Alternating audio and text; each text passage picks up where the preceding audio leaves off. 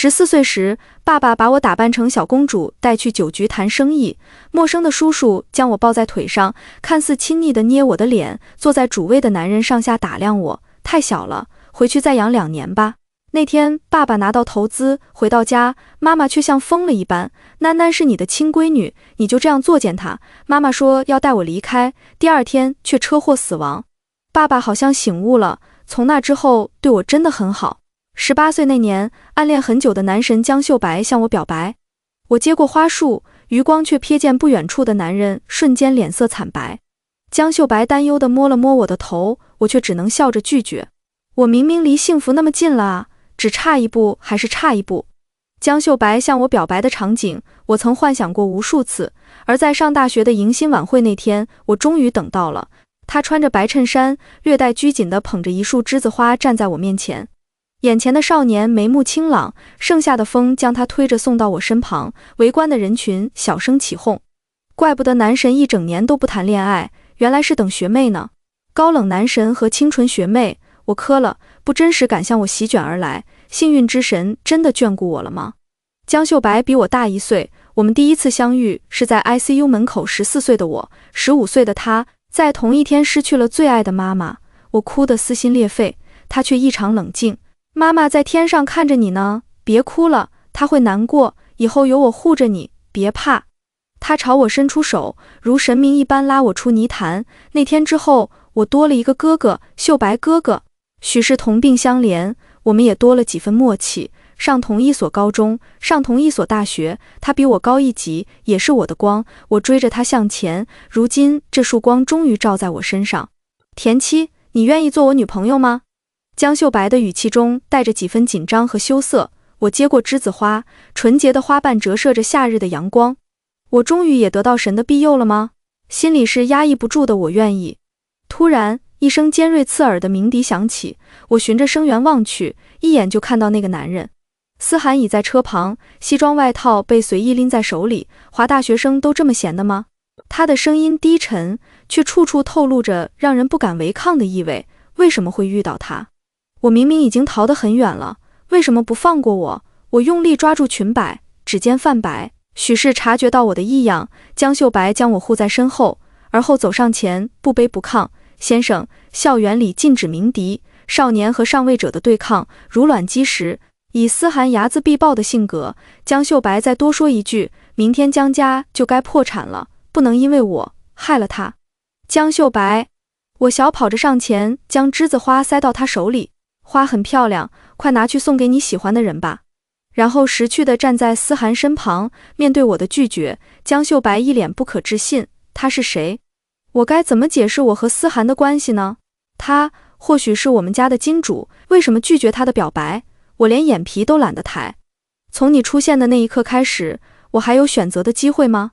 他对我的回答似乎很不满意。思家别墅里，思涵丢给我一套衣服，换上它，我顺从地接受这一切。在他没有出现的那些年里，我想过无数种可能。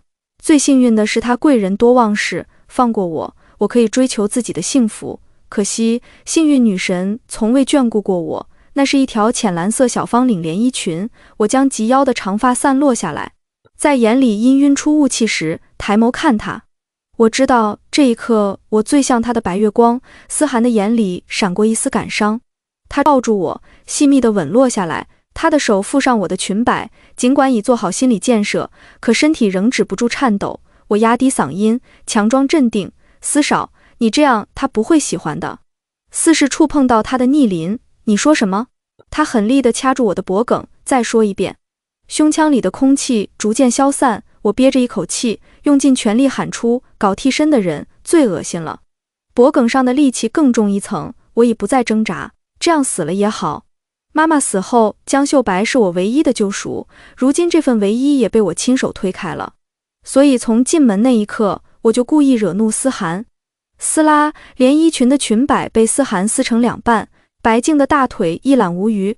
我知道我摆脱不了既定的命运，在看到思涵的那一刻，我已经看到了我的后半生，被当作替身而圈养的金丝雀，一生不得自由。我像死鱼一样躺着，眼神空洞地看着天花板，似是失去征服的快感。思涵停了动作，你这样我很不喜欢。一滴眼泪从眼角无声滴落，他捏住我的下巴，白田七，你的妈妈是叫沈文雅吧？听到妈妈的名字，我的瞳孔瞬间放大，他用指尖摩挲着我的下巴。康德医院据说有一位住了4年的植物人，就叫沈文雅，最近有苏醒的迹象，你说这治疗还要不要继续呢？我呆住了，思涵点开一段监控，虽然画质模糊，但我一眼就认出病床上躺着的人是我朝思暮想的妈妈。泪水滑进唇角，却意外带着一股淡淡的甜。我主动换上笑容，腰身不留空隙地贴上他，思少。他回握住我的腰，喊我阿涵。如果我的妥协能换来妈妈的康复，我什么都愿意做。我也很想有一个家，一个有妈妈的家。我笨拙地献祭我的初吻，回应我的是一次又一次的侵袭。可能是出于自我保护，大脑变得一片空白。即将失去意识时，高频的砸门声响起，田七，田七，一声高过一声的呼喊唤醒了我。少年清澈的嗓音极具穿透力，田七，不要害怕，我带你走。思涵狠力地捏住我的下巴，眼神轻蔑。田七，他叫你叫得很是亲切，只是不知道一会儿断腿断手，他还能不能这样叫出口。强忍住的眼泪瞬间落下来。阿涵，求你别伤害他，我和他已经没有任何关系了。呵，你为别的男人向我求情，那就看看为了他你能做到哪一步。他拾起散落在一旁的领带，毫不怜惜地从背后缠住我的双手。我以一个极其屈辱的姿势跪坐在他面前。半个小时后，他发出一声喟叹，我只觉视线模糊，脸颊滚烫。他扔给我一包纸巾，擦擦脸吧。你也不想你心中的男神看到你这般模样。我冲进卫生间拼命清洗，刺骨的冷水一遍遍席卷口腔，终于将恶心的感觉压了下去。我换回来时穿的衣服，别墅1楼的大厅里，江秀白被2个保镖摁着坐在沙发上，思涵坐在主位，指尖烟火明灭。看我下楼，江秀白挣脱束缚向我跑来，田七，你没事吧？却被保镖一脚踢在腿弯。就这样，我心中风光霁月的男神狼狈地跪倒在我面前，我却不敢伸手扶他。我知道我停留在他身上的目光越多，思涵对他的报复就越多。我侧身从他身旁走过，乖顺地轻靠在思涵身旁。江学长，有事吗？他起身，即使保镖百般阻拦，他依旧跌跌撞撞冲到我面前，尽量压低嗓音。田七，我查过了，他根本不是。停顿片刻后，他接着道，你是不是遇到什么事了？我可以帮你，只要你想走，我马上带你离开。思涵发出一声轻笑，江秀白的每一个字都在触碰他的底线。我露出一抹讽刺的笑，江学长说笑了，我们什么关系都没有，我也不愿意离开，请回吧。什么关系都没有？他的薄唇颤抖着，满脸不可置信。我的语气极尽恶毒。对，你今天送我栀子花，不会是喜欢我吧？呵，这年头谁都能喜欢我这种大小姐吗？你又穷又丑，不会真的想癞蛤蟆吃天鹅肉吧？劝你回家照照镜子，有点自知之明哦。我拖长调子，语气浮夸到令人作呕，身旁的思涵却勾起唇角，他的食指有一搭没一搭地敲着我的肩膀。我继续道，江秀白请回吧，之后就别出现在我面前了。碍眼，江秀白如石化一般，他脸色煞白。田七，你说的都是气话，对吧？学神，校草，江氏集团独子，江秀白本是天之骄子，可在黑白通吃的云城大佬思涵面前毫无抗击之力，且思涵的报复难以想象，我不能让他因我跌入泥潭。我假装烦躁地揉了揉太阳穴，保镖，这狗叫太烦人，扔出去吧。思涵抬手示意，2个保镖就架起江秀白。我偏过头，不敢直视他的目光。我和江秀白注定有缘无分。我需要救我的妈妈，现在唯一能为她做的，就是不让她置身于这漩涡中。几声隐忍的惨叫后，别墅大门被重重关上，一切归于平静。思涵的目光落在我身上，演得不错。之后他便不再看我。我颤抖的嗓音中带着几分欣喜，阿涵，我可以去看看妈妈吗？他的目光扫过衣帽间，我一下子就懂了。衣帽间里有2排淡蓝色连衣裙，那是思涵白月光的最爱。我知道他当初在会所里救我，完全是因为我长得像他的白月光。当着他的面，我褪去所有衣物，换上一条蓝色 V 领鱼尾裙，夜风吹过裙摆，微凉的触感让我有一刹那的恍惚。我真的就这样自甘堕落吗？可我太想妈妈了。妈妈身上有太多秘密，我还没有查清楚，我还没有为她报仇。如果能再见到妈妈，丢掉所有尊严又何妨？我扭动着腰肢，主动攀上思涵，她的眼尾染上一抹红。早这么识趣就好了，从今天开始，你就是宁宁。我媚眼如丝，手指一点点移向她的腰腹，她却一把推开我，别这么下贱。宁宁没有你这么浪荡。我如被一盆冷水兜头浇下，定在原地。脸颊迅速发烫，一天之间，我从专业第一，别人口中的法学系女神，变成了思涵面前的贱人，鼻腔涌起一股酸涩。我紧紧咬住下唇，不让眼泪夺眶而出。思涵突然像逗弄小狗一般摸了摸我的头，你忍住不哭的倔强模样，倒有几分宁宁的样子。她暴躁地扯下领带，却轻柔地牵住我的手。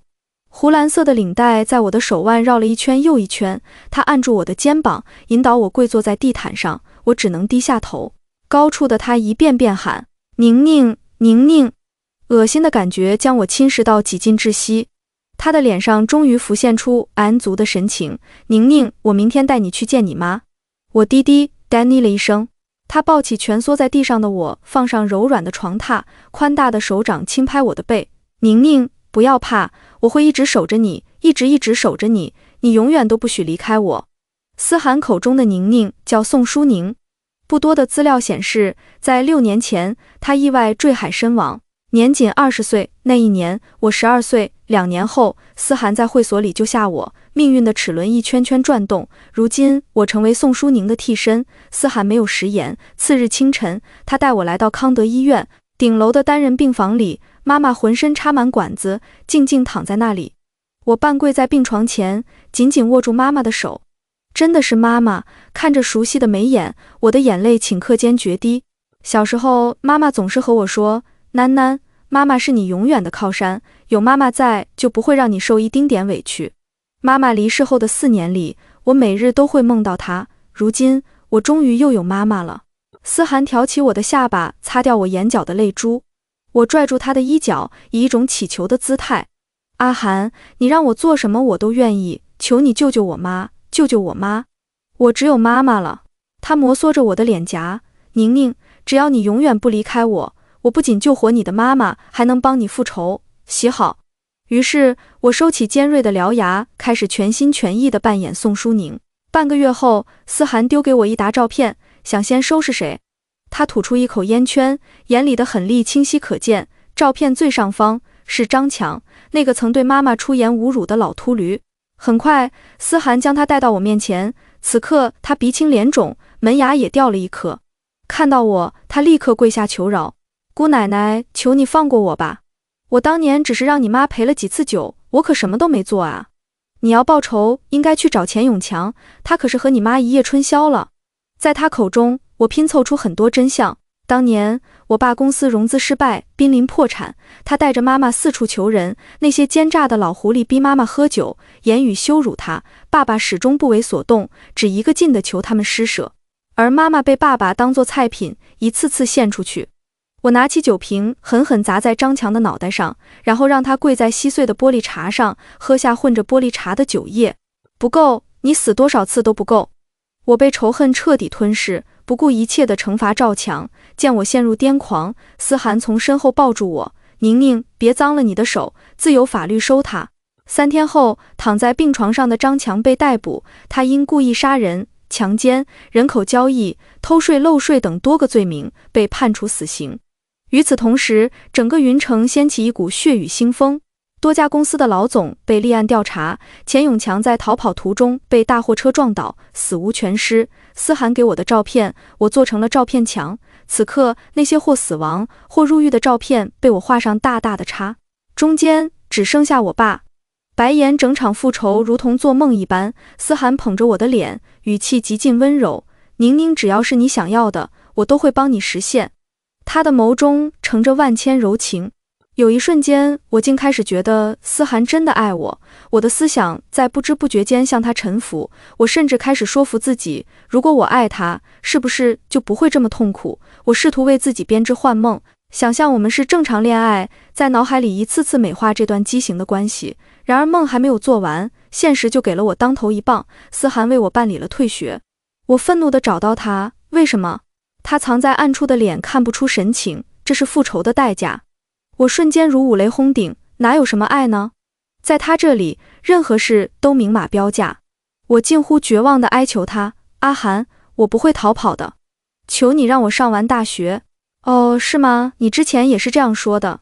之前我还没来得及弄清他话里的意思，他便再次扯下湖蓝色领带，熟悉的动作已让我形成肌肉记忆。我强压住生理性恶心，主动跪坐在他面前，时间一分一秒地走着，我却感觉格外漫长，被囚禁，被休学，我找不到活着的意义。我突然想到妈妈，对，我还有妈妈。半小时后，思涵的心情好了许多，面对我的再次恳求，他却一圈一圈地逗弄着我的发丝，休想。我期待的眼神瞬间暗了下来，他似乎很享受欺负我的快感。冷哼后勾起唇角，不过明天你可以去看你妈，最近你妈用了特效药，好像要醒了，打一巴掌，再给一个甜枣。在我的恨意达到顶峰时，他给了我无法拒绝的诱惑，甚至有点感激他，也只有他能救活妈妈。痛苦的情绪很快被期待取代，我在心里不断和神明祈祷，让妈妈早点醒过来。只是我没想到，神明真的听到了我的祈祷。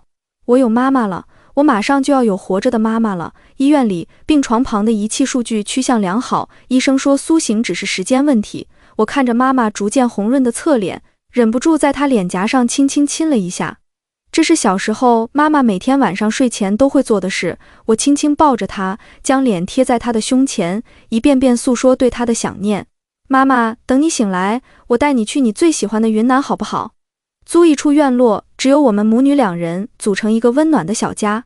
妈妈，你手巧，会做各种各样的美食，到时候我就做你的小米虫，守着你天天喊飞妈妈，饭飞。说着说着，我的眼泪就落了下来。不知过了多久，我才恋恋不舍地起身。一瞬间，我看到妈妈脸颊和耳朵间有起皮，难道是现在天气太干了吗？一会儿要去给妈妈买点护肤品，她一生爱美，现在我要好好照顾她。我没忍住用手轻轻撕了一下，没想到起皮越撕越大，直到撕下一整张面皮，我这才发现病床上的人根本不是妈妈。站在门口等待的思涵注意到我的举动，他想阻止，但已来不及。我愤怒地将面皮摔在他脸上，这里躺着的根本不是我妈。你说我妈去哪了？他不悦地掏出湿巾擦了擦脸，死了，语气冰冷得如同机器人。我伸出手就想掐他的脖子，身后的保镖将我钳住。思涵勾起我的下巴，本想哄哄你，让你心甘情愿待在我身边，但现在看来倒也不必。他从口袋掏出2条银色锁链，在我的拼命抗拒中，链子锁住了我的手腕和脚腕。他抱起我，进入医院顶楼的套房。我大声咒骂他，思涵，你这是囚禁，等我找到机会，我一定报警抓你，我要弄死你，让你不得好死。死？哦，是吗？他拿出一个红色的小本，翻开，竟是结婚证，上面写着持证人思涵，白田七。不可能，我明明没到法定结婚年龄。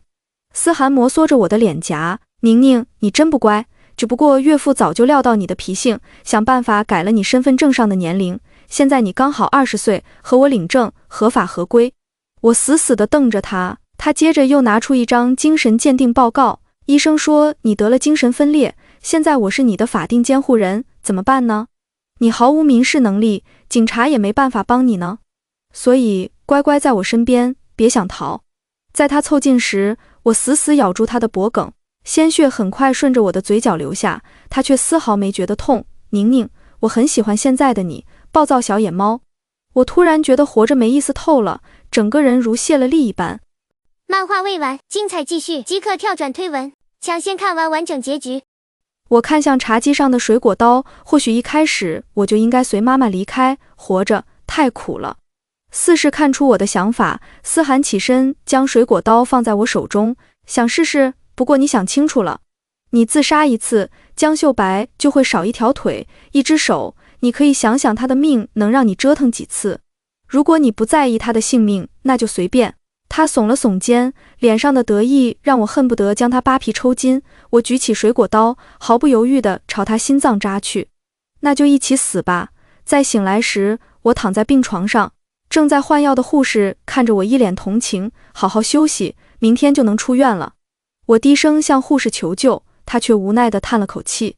半小时后，警察来了，我如抓住救命稻草一般，警察同志，我被囚禁了，救救我，救救我！余光瞥见站在门口的思涵，他的嘴角噙着笑意。我指着他，揪着他，囚禁我，强暴我。警察看向思涵，同样发出一声无奈的叹息。思涵走向我，假装温柔地撩起我耳边的碎发。同志，你也看到了，我妻子得了精神分裂症，一发病就有被害妄想。今天也是我在给她削水果，她突然就夺过刀捅我，还好医生给打了镇定剂，现在才稳定一点。说话间，他肩膀处的伤口渗出血来，眼角流出几滴鳄鱼的眼泪，我啐了一口，真让人恶心。最前面的老警察拍了拍他的肩膀，辛苦了，好好照顾他，我们也会备案。放心，所有人都离开了，只剩下思涵站在病床前，戴着胜利者的面具。从此以后，我孤立无援，一个精神病有被害妄想，会伤人，没有人会站在他这边。我愤怒地扫去小饭桌上的饭菜，即使饿死，我也不会吃思涵送的东西。我发疯，他却饶有兴致地看着。隔壁病房里，你心心念念的秀白哥哥也在。我声嘶力竭，你对他做了什么？只是打伤了一条腿，至于瘸了还是截肢，就看你的表现喽。他爸的公司还要仰仗我，外面还有几个私生子，没人会为他而得罪我。白田七，你要时刻记得江秀白的命握在你手里。小饭桌上再次摆满了饭菜，我如一个机器人般拼命往嘴里塞。我这辈子已经毁了，我不能再搭上江秀白的一辈子。饭后，思涵将我的手机还给了我。江秀白的消息铺天盖地地涌了进来。田七，老师说你退学了，为什么？你是不是遇到什么难事了？和我说。最新一条消息是，田七，别怕，我会把你从那个恶魔手里救出来。他还挺深情的嘛。思涵笑意中带着杀意，我知道我多一分的停留，就会让江秀白的处境更难一分。我快速敲击键盘，你听不懂人话吗？我讨厌你，别出现在我面前。你知道你这次腿怎么断的吗？是我找人干的，没想到吧，我就是你口中的恶魔。再来烦我，下次就不是断腿这么简单了。滚远点，然后拉黑删除。我望向思涵，他轻拍我的脸颊，做得很好，医生说他的腿很快就会治好。我温顺的点点头。阿涵，我们回家吧，我想回家。路过江秀白的病房时，半敞的房门传出一阵阵低沉的呜咽。我知道，只有我越恶毒，他才会越安全。就这样吧，就让我烂在泥里吧。医院外的阳光洒在我身上，我却感到彻骨的寒冷。我以为能等到妈妈醒来，再有一个家。可现在，这些对我来说只是妄想。我如行尸走肉一般，成为思涵的玩物。而如今我活着的唯一意义，就是让江秀白好好活着。思家别墅里，思涵的湖蓝色领带如毒蛇般再次缠上我的手腕，这是他的求爱信号。可这次我却无动于衷。他狠力地捏住我的下巴，别忘了江秀白还在医院里，我只得向他臣服。肆无忌惮地索取后，他终于扛足，只是这次他没做错失。身体里的热流让我感到慌张。阿涵，我可以吃长期避孕药。这句话似是激怒了他，他再次将我按在床上，不带丝毫怜惜。我绝望地盯着天花板，一遍遍想，我什么时候能杀掉他？结束之后已是深夜。他抚摸着我的脸颊，冰凉的触感让我忍不住站立。宁宁，给我生个孩子吧，生个孩子你就不会想着离开我了。我偏过头，无声抗议。他嗤笑一声，将我的脚链再次戴上，手链一端扣在我的左手腕，一端扣在床头，然后与我的右手食指紧握，静静躺在我身边。长久的沉默后，我问，为什么是我？为什么偏偏是我？为什么不能放过我？思涵的呼吸出现一瞬的不稳，很快又平复下来。放过你，宁宁，你怕是忘记了，我曾经放过你一次，可你做了什么呢？我挣开他的手，我不是宋淑宁，我是白田七。他再次握紧我的手指，白田七啊，你知道你那早死的小姨叫什么名字吗？心头霎时涌上一股不好的预感。我从未见过我的小姨，姥姥姥爷很早就离婚，姥姥带走了小姨，他们常年久居国外，妈妈则跟着姥爷。从妈妈的口中，我得知小姨叫沈文静。妈妈总是叹息，不知道静静什么时候能回来。直到我12岁那年，远在国外的姥姥突然打电话告知了小姨的死讯，其中缘由无人和我提起。记忆里，妈妈从那天起经常无故流泪。思涵莫名提到我的小姨，我突然想到姥姥好像姓宋，全身如过电一般，汗毛站立。我死死地盯着她，我小姨的死是不是和你有关？思涵强硬地抱紧我，我想挣脱，却困于手链和脚链的束缚。宁宁，你乖乖留在我身边不好吗？为什么非要跟那个穷鬼私奔呢？在思涵的依语里，我拼凑出一个令我绝望的事实。小姨出国后一直半工半读，直到大她2岁的纨绔二代思涵提出让小姨做他的女朋友。小姨彼时有男友，两人一起打工，很累但很幸福。小姨果断拒绝了思涵的纠缠，直到她的男友被霸凌，却因此要被学校退学。她知道这是思涵的报复，于是她提了分手，成为思涵的女朋友，准确来说是见不得光的情人。2年后，思涵和地产千金订婚。小姨不想成为小三，她求思涵放过她，思涵却将她囚禁起来，直到小姨提出要继续读研，思涵才勉强答应。在大学里，小姨遇到正在攻读临床医学博士学位的初恋男友，被斩断的情丝终于得以连接。之后，两人决定一起逃回国，然而在途中的轮船上，他们被思涵的保镖抓住。小姨为了救男友，毫不犹豫跳下海。那时她已有身孕，最终一尸2命，她的初恋也不知所踪。得知真相后，我恨不得立刻将思涵碎尸万段。他害死小姨后，转身盯上我，等着我长大，逼我做小姨的替身。我狠狠咬住他脖颈的动脉，可即便我使出全身的力量，他还是轻松将我反身钳住。半年多的折磨，我已瘦到脱相，在将近1.9米的他面前，我如同一只小鸡。宁宁恨我吗？爱之深恨之切，那就一直恨我吧。他如一只野兽般毫无节制地索取，日复一日，我已不知在这间幽闭的房间里度过多少个日夜。他限制我的一举一动，直到一天，我呕吐起来。命运的齿轮在小姨身上碾压过后，再次精准命中我。我怀孕了。思涵在别墅里布置了婴儿房，置办了很多婴儿用品，他似乎很期待这个孩子。可我对这个孩子只有恨意。我想让他悄无声息地离开，可一旦我有这种想法，别墅里的仆从都会跪下求我放过他们。我的任何自虐行为，思涵都会报复在他们身上。与此同时，思涵会时不时送来一些私人物品，帽子、围巾、鞋子、手表，我一眼就认出这是江秀白的物品。思涵轻轻拍打我的后背，宁宁，你想清楚，你的一举一动，自会有人替你万劫不复。我抬眼望着他，眼眶泛红。思涵，你爱这个孩子吗？当然，爱屋及乌，我爱你，自然也爱他。那你知道我想要什么吗？他看向我的眼眸，试图洞悉我的内心。片刻后，他沉声道，你想要离开我。我发出自嘲的笑声。思涵，你一点都不爱我，你明知道我想要一个家。一开始你以妈妈为饵，诱我上钩，我以为你懂我的，我根本不爱江秀白，我爱的从始至终都是那个能给我家的人。怀孕后，我从未想过离开，因为我觉得我可以有一个家了。我轻抚着尚且平坦的小腹，眼泪从眼角一滴滴滚落，我却依然尽力微笑着看他，眼神极尽缠绵。他阴沉的脸上浮现出虚假的温柔，擦去我眼角的泪水，俯身在我耳边，宁宁，我给你一个家好不好？我们和宝宝组成一个家。好。那天晚上，思涵第一次整夜睡在我的卧室，可他依旧没打开我手脚上的镣铐，或许是怕我杀他。凌晨时分，我望着窗外的月亮发呆，身后的他突然说起梦话，宁宁，我终于和你有家了，你还是爱我的对吧？你也不舍得我一个人孤独终老，所以送他来我身边对吧？我捏紧拳头，指甲嵌进肉里，终有一天，我会让他尝到我受过的苦。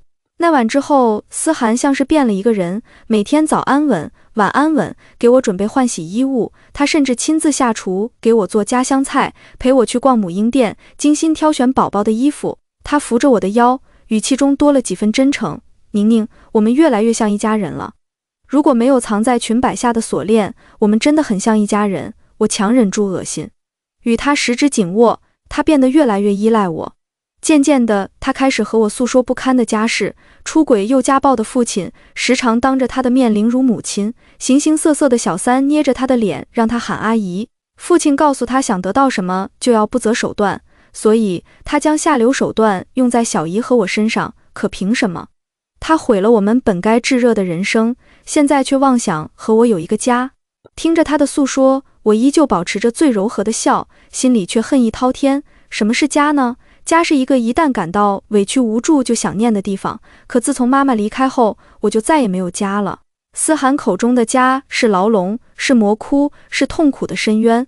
我永远不会和他有一个家，而肚子里的胚胎会帮我完成最后的复仇。产检定期进行着，我的肚子越来越大，4个月时，我的肚子就和别人5、6个月差不多。医院里，医生说我怀了龙凤胎，这是我没想到的。思涵将耳朵贴在我的肚皮上，在医生的指导下感受胎动。他真像一个慈父啊！可惜魔鬼永远是魔鬼，那就到时候让我们一家4口一起下地狱吧。从医院出来时，我意外看到远处的江秀白，他坐在轮椅上，左边裤腿空空荡荡，脊背却依旧挺直，指甲嵌入我攥紧的掌心。为什么我已经事事顺从，可终究还是害了他？思涵摩挲着我手上的婚戒，怎么，心疼了？不心疼？那我找人把他另一条腿也打断。我强稳住的呼吸还是乱了几拍，给我们的孩子积点德，好吗？他勾起唇角，好的，谨遵老婆大人教诲。我顺势挽住他的胳膊，阿涵，我想见一见我爸。他一眼就看透了我的想法，摸了摸我的肚子，允了。在他心里，这是我怀孕，他给我的所谓恩赐。会客室里，白岩挂着谄媚的笑，脸上乱飞的肥肉激起我的一阵阵厌恶。田七，你得感谢爸给你找了这么好的丈夫。是啊，我得感谢他。害死我妈，偷改我的年龄，将我送给思涵这个魔鬼。我压住心中的怒火，冷静询问他，当年在地下停车场，我妈究竟出了什么事？我怎么知道？他说完这句话，保镖就将他按在玻璃碴上，一阵阵惨叫后，他终于开口。我说，当年我发现你妈要带你走，就威胁她，如果敢跑，就把她陪睡的视频发给她亲朋好友。她想和我同归于尽，可惜我躲得快，她自己就撞死了，真不怪我。滔天的恨意让我忍不住颤抖起来，我狠狠掐住白岩的脖颈，妈妈那么爱你，你为什么要逼她毁她？她涨红着脸争辩，毫无悔意。我给了你们母女优渥的生活，她帮我赔投资商怎么了？我看向思涵，不要让她死得那么轻易。后来听说 A 市发生一起恶性事件，某公司老总被一群绑匪接连凌虐，肠子都出来了，但又被抢救过来，只是从此大小便失禁，浑身恶臭，毫无尊严。没多久，他就因曾经做的恶被逮捕入狱，那里自有魔鬼收拾他。不到2个月，他就不堪受辱，撞死了。这种垃圾也算死得其所。白岩死后，妈妈的筹财全部报完，这下只剩小姨和我的仇了。我一直安静待在别墅里，思涵回家时，我是他温柔体贴的妻子。他终于解开锁住我的手链，我开始为他系领带，无数次我都幻想用领带勒死他。窗外蝉鸣突然开始聒噪，我惊觉已是夏天，肚子传来阵痛，孩子出生了。思涵很高兴，他给儿子取名思安，女儿取名思宁。他说女儿最像我，要给她全天下最好的宠爱。我却笑不出来，我拒绝给孩子们喂奶，孩子一靠近，我就呕吐不止。医生说我患上了严重的产后抑郁，思涵很心疼我，他说喂养孩子的事不会逼我，只有我自己知道我没病，我只是不想和他们产生任何感情，他们不是我的孩子，不是，虽然我不能照看孩子，但是月嫂和其他人一靠近孩子，我就开始发疯。最终，思涵决定亲自照看孩子，孩子永远都是谁在照料，谁最割舍不下。既然他想当好爸爸，那我成全他，这样亲眼看着他养大的孩子死亡，他才会痛苦。于是，在他喂奶时，我站在一旁冷笑，仅用手摸一下奶瓶，你怎么知道奶烫不烫？你要尝一下。孩子的每一件事，你都要亲力亲为，这样他们才是你真正的孩子。他倒也真的照做了，他每天看育儿视频，学习养护知识，一边晃动婴儿床，一边宠溺地说：“小安、小宁，爸爸一定会成为好爸爸，亲眼看着你们长大。”我只是冷漠地看着他，计算着日子。3个月后，他满心欢喜地和我说：“宁宁，我们为孩子们举办一个百日宴吧。”我挂着温柔的笑：“好呀。”因为操办宴会加上照顾孩子，思涵这才对我放松了警惕。无人注意时，我悄悄来到别墅后门，那里的墙洞里藏着别人为我精心准备的礼物。百日宴很快开始，作为云城的风云人物，这场宴会邀请了商界名流以及多家媒体、网红。思涵终于舍得解开我的手链和脚链，让我换上华丽的礼服，以司太太的身份隆重登场。在众人的恭维声中，她摇晃着红酒杯，随后一饮而尽。等发现不对时，已经晚了。她不可置信地看向我：“白田七，你做了什么？”我踮起脚，在她耳畔轻声道：“百草枯的味道怎么样呀？”她呼吸急促，不顾形象地呕吐起来。我假装关切地轻抚她的背：“别着急呀，你的宝贝们觉得很好喝呢。接下来好戏要开场了。”他的保镖将他和2个孩子紧急送往医院，而宴会厅的大屏幕则开始循环播放思涵对我的恶行。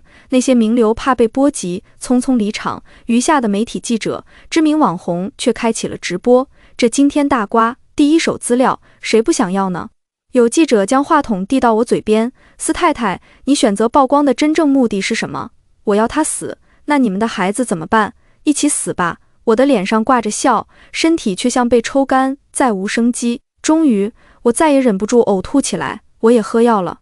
在医院醒来时，身体感觉异常轻松，似乎立马就能出院。但我知道，我已时日无多，我喝的药量比思涵的少，我必须亲眼看着他受尽折磨而死。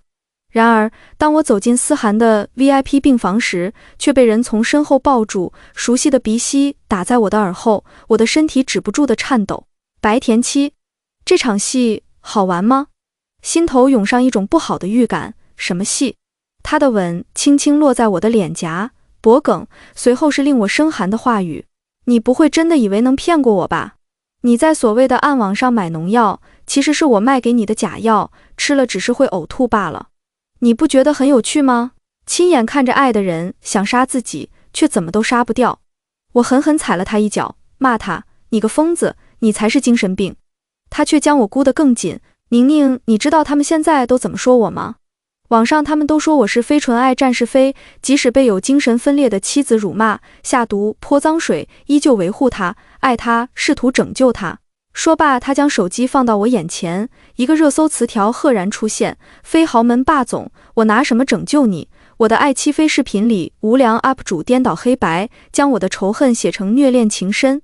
热评第一：家有精神分裂症病人，我作证，病人发病时就是会觉得亲人在害他，有时候甚至想杀了我们。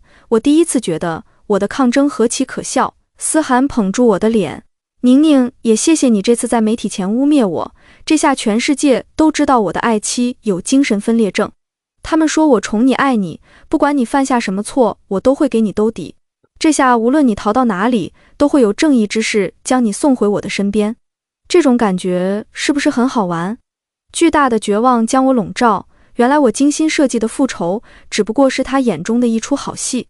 他擦去我眼角的泪水：“乖，这次回家就别闹了，我们一起照顾宝宝长大，做幸福的一家4口。”而后细细密密地吻落在我的脖颈：“一家4口，做梦去吧。”我开始回应思涵的吻，在他的呼吸变得急促时，我将袖子里的针管狠狠扎进他的背。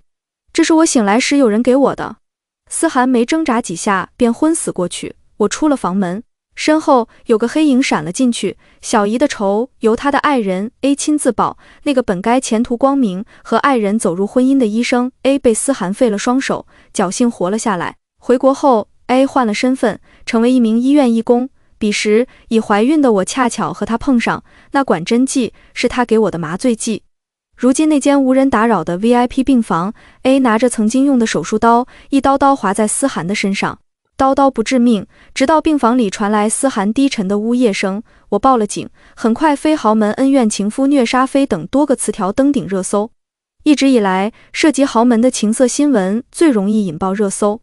与此同时，扫黑除恶专项组也来到云城，时至今日，我依旧希望思涵受到法律的制裁。这2次的热搜是我一早就掐点谋划好的。豪门霸总被爱妻下毒，依旧不离不弃，他竟是只为拯救精神病的纯爱战神。霸总爱妻竟有情夫，情夫为泄愤意图虐杀霸总，所有人都在心疼思涵，但最终却被人爆出他才是地狱魔鬼，疯癫狗血，反转再反转，热度就会一直在。只要有热度，就会有真相大白的一天。思涵一直以为他能操控一切，但我始终相信邪不压正，他是没有人性的恶魔。如果我草草杀了他，那我和恶魔也没什么区别了，我不能和他成为一类人。A 因故意杀人案牵扯出小姨的案子，而我也提交了思涵是如何囚禁我、强暴我的铁证。经历了漫长的审讯和调查后，真相终于大白。就连当初我爸公司濒临破产，也是思涵为了得到我的略施小计。从此之后，我再也不用忍着恶心和仇人同床共枕。思涵终于被判刑了。审判席上，思涵望着我的方向：宁宁，你有爱过我吗？哪怕一瞬。他以为他拿的是霸道总裁强制爱的剧本，但这是现实。我忍不住笑出声来。思涵，你怕不是忘了，我叫白田七，无论是宋淑宁还是白田七，都从未爱过你。你这种阴沟里的老鼠，地狱里的魔鬼，不配得到任何人的爱，既不配。真可笑啊！因为他没人想要的爱，就要毁了多少无辜之人的一生。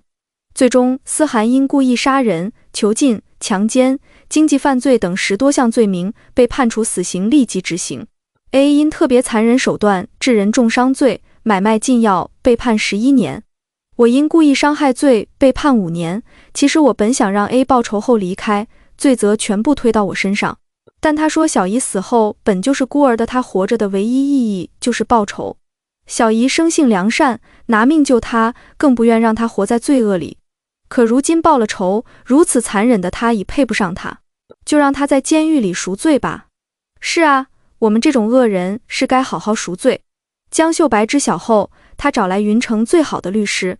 田七，你有精神病诊断证明，如果以此为证据，改判或者减刑都有可能。你是受害者，从始至终，你都未伤害任何人。我看着他坐在轮椅上，双腿空空荡荡，摇了摇头。我伤害最多的人是江秀白，他拉我出泥潭，我却害他失去双腿，再也不能站起来。就这样吧，我就这样吧，我已经当了3年的疯子了，我不想再当疯子了，就让我清醒的活着。见我态度坚决，他几近崩溃。田七，你连孩子也不要了吗？都说稚子无辜，可一想到那是思涵的2个孩子，我就忍不住恨。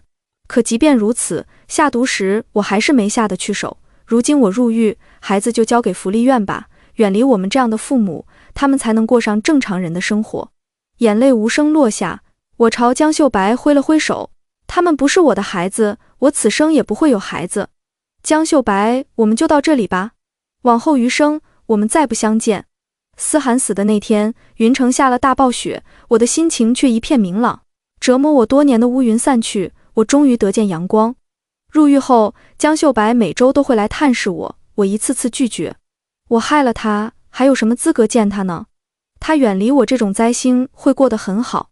直到狱警给我一封信，信封里有一张照片，坐在轮椅上的江秀白安了一只，左边站着一个小女孩，右边站着一个小男孩，他们笑得很甜，像一家人。我一眼就认出这是思安和思宁，照片背面写着几个大字：亲爱的白田七女士，我将无忧，将无双，等你回家。